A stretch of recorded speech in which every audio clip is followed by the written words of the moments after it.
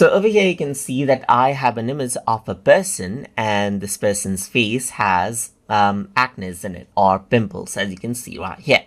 So let's say I want to go around and remove it. And in that case, you can go around over here onto spot heal section. Change around the brush size right here, just like this, and simply go around, click on the area where there are these spots right here. So you can go around and click, and you can see that you can simply go around and remove it right here.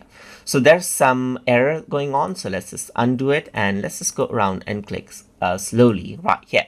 You can also go around, make the brush size more smaller to make it more precise as well. So let's just go around and click and make it more smaller right here, just like this, and click on the acne area right here. So slowly you can just go around and click, and what happens is that the spot right here gets smoothened out right here, just like this. So you can go around and click right here, click right here, click right here. So you can see that it is slowly clearing out right here.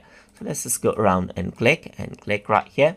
So let's just go around and remove this out as well, remove this, and so forth. So you can see that all you need to do is simply click it out. Let me increase the brush size and click around over here as well, just like this, and then work around. So you can see that the left side, the right side, that is the left side of the face, is being slowly cleared out right here, just like this. And this is what you have. You can go around and clear this out as well, just like this. So let's just go around and clear it out, simply click right here, and then it smoothens out the skin right here, just like this.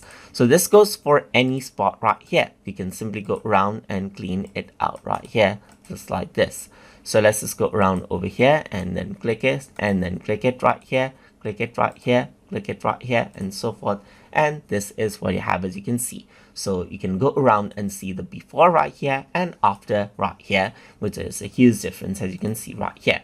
And that is how you can go around and utilize the spot healing tool inside of Adobe Photoshop Express. So hope you guys learned something as always. And as always, please like, comment, share, and subscribe.